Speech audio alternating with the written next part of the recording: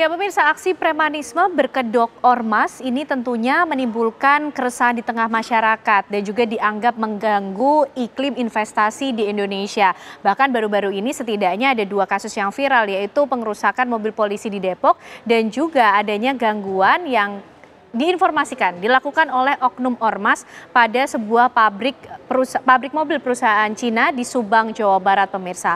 Lantas seperti apa langkah yang harus diambil? Apakah kemudian ormas-ormas ini keberadaannya harus dievaluasi, dibubarkan, atau sebaliknya? Dan perlukah kemudian pembinaan terhadap ormas sehingga ormas ini tidak menjadi ancaman, melainkan bisa menjadi mitra masyarakat? Malam hari ini kita akan membahasnya bersama dengan sejumlah narasumber yang sudah hadir tentunya di Apa Kabar Indonesia Malam. Ada Pak Trubus Rahadiansyah, sosiolog dan juga pakar kebijakan publik. Pak Trubus, apa kabar? Sehat ya Pak ya? Sehat selalu Mbak, terima kasih. Ya, dan juga bergabung bersama kita melalui sambungan Zoom ada Pak Abdullah, anggota Komisi 3 DPR RI. Selamat malam Pak Abdullah. Selamat malam Mbak.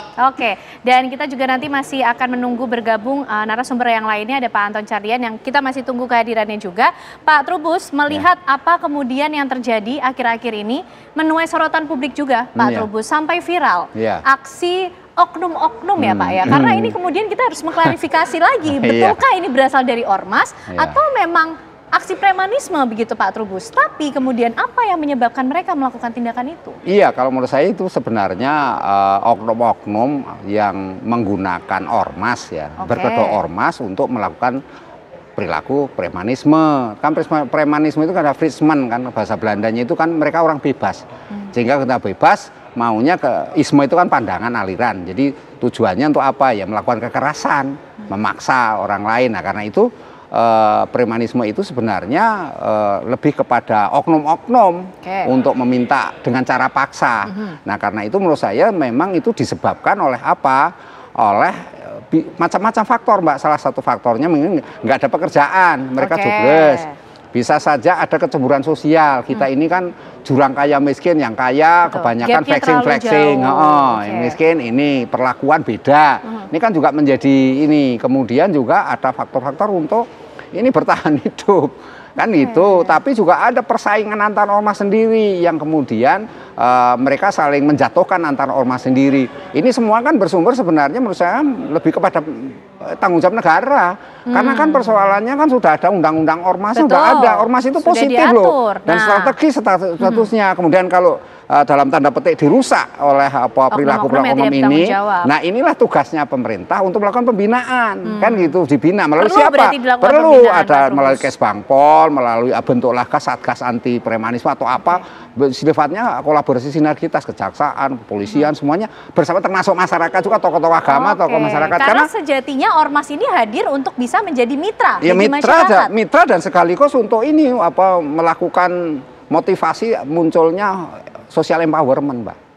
Itu karena itu pemberdayaan masyarakat karena itu hal yang sangat penting, dan di negara manapun juga ada namanya, itu bagian dari tak terpisahkan keberadaan dari masyarakat itu sendiri. Sehingga kalau kemudian kita mengatakan apa itu harus ormas dibubarkan, ya nggak bisa, kan undang-undangnya ada, itu sifatnya legal. Dan itu negara juga membutuhkan hadirnya ormas, karena ormas itu macam-macam jenisnya. Ada ormas yang sifatnya keagamaan, ya kita kan keagamaan butuh banyak. Belum lagi mungkin ini ada kecemburuan juga, karena faktor kecemburuan misalnya ormas-ormas keagamaan diberikan kewenangan untuk mengelola tambang, sementara ada ormas lain yang nggak dapat, kan bisa saja Mbak. Ada sektornya masing-masing. Sektornya masing-masing.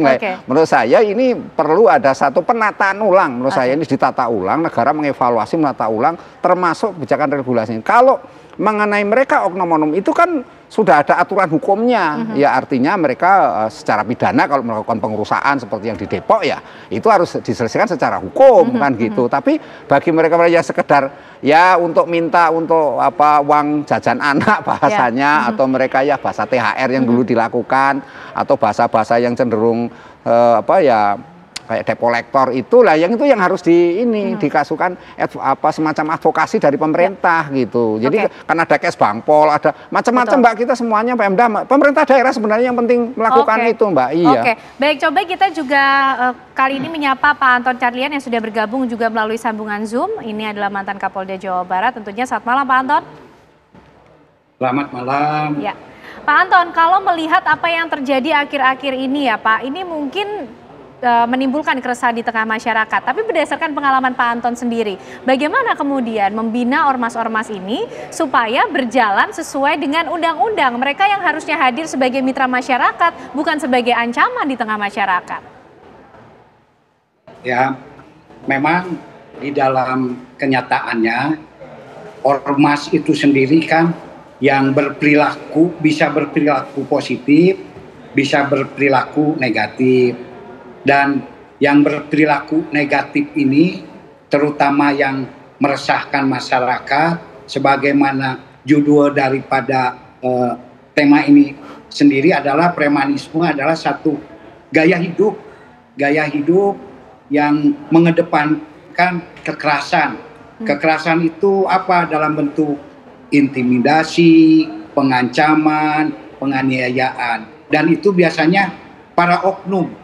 Karena tidak ada satu ormas pun juga yang tujuannya itu misalkan ingin jadi preman. Pasti tujuannya bagus. Tetapi di lapangan sering ada ketimpangan antara tujuan dan cara. Kenapa?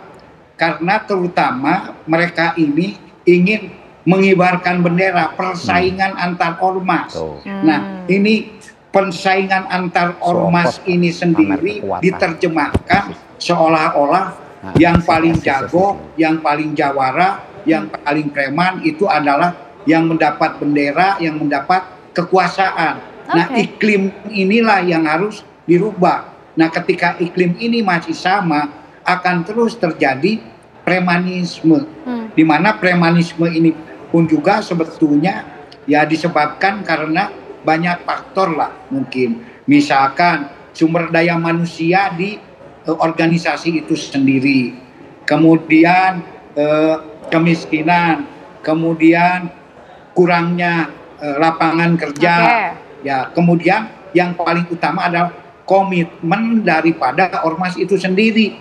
Karena apabila ormasnya berkomitmen bahwa tidak boleh melakukan premanisme, apabila ada yang melakukan pengancaman, penganiayaan, maka akan dilakukan atau dikeluarkan dari ormas tersebut. Nah, malah di sini sebagian besar ormas-ormas banyak apabila ada anggotanya yang melakukan pelanggaran bersifat premanisme itu dilakukan pembiaran.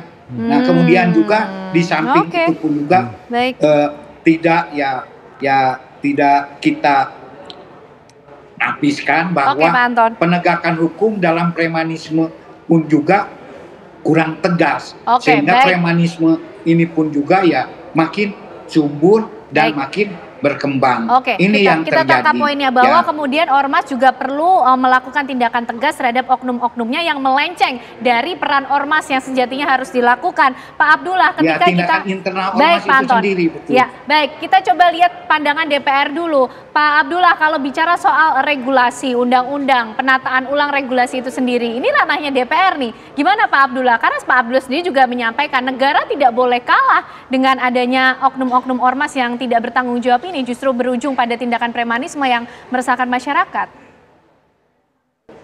Begini Mbak, saya mewakili anggota DPR RI Komisi 3 yang pertama, saya mengutuk keras kejadian pembakaran kendaraan polisi yang terjadi di Depok. Oleh karena itu, kita sebagai mitra Polri memberikan dukungan total, penuh untuk mengusut tuntas dari akar sampai pentolannya harus diusut tuntas. Oleh karena itu, sebenarnya kita jangan lupa pendirian negara ini itu adalah salah satunya peran organisasi mahasiswa, terutama organisasi masyarakat, terutama NU dan Muhammadiyah. Ya. Peran ormas untuk pendirian negara ini jelas sebenarnya. Oleh karena itu, sebenarnya hadirnya ormas adalah tujuannya positif. Tapi kadang saya tidak setuju bahwa premanisme berkedok ormas. Kadang memang premanisme yang berlindung di balik organisasi kemasyarakatan. Oleh karena itu, perundang-undangan yang sudah ada harus mengatur secara jelas evaluasi berkala. Karena selama ini kan tidak ada evaluasi berkala terkait organisasi masyarakat tersebut. Ini waktunya untuk evaluasi, Pak Abdullah. waktunya momentum evaluasi total karena investasi negara kita ini terganggu terkait itu. Ya. Oke, baik Pak Abdullah, ini momentum untuk melakukan evaluasi total terhadap undang-undang yang mengatur tentang keberadaan ormas. Kita akan bahas nanti bagaimana evaluasi yang perlu dilakukan, pembinaan seperti apa yang kemudian perlu diberikan kepada ormas sehingga kembali lagi pada fungsi dan peran yang positif di tengah masyarakat. Nanti usai jeda pemirsa, kami kembali hadir untuk Anda.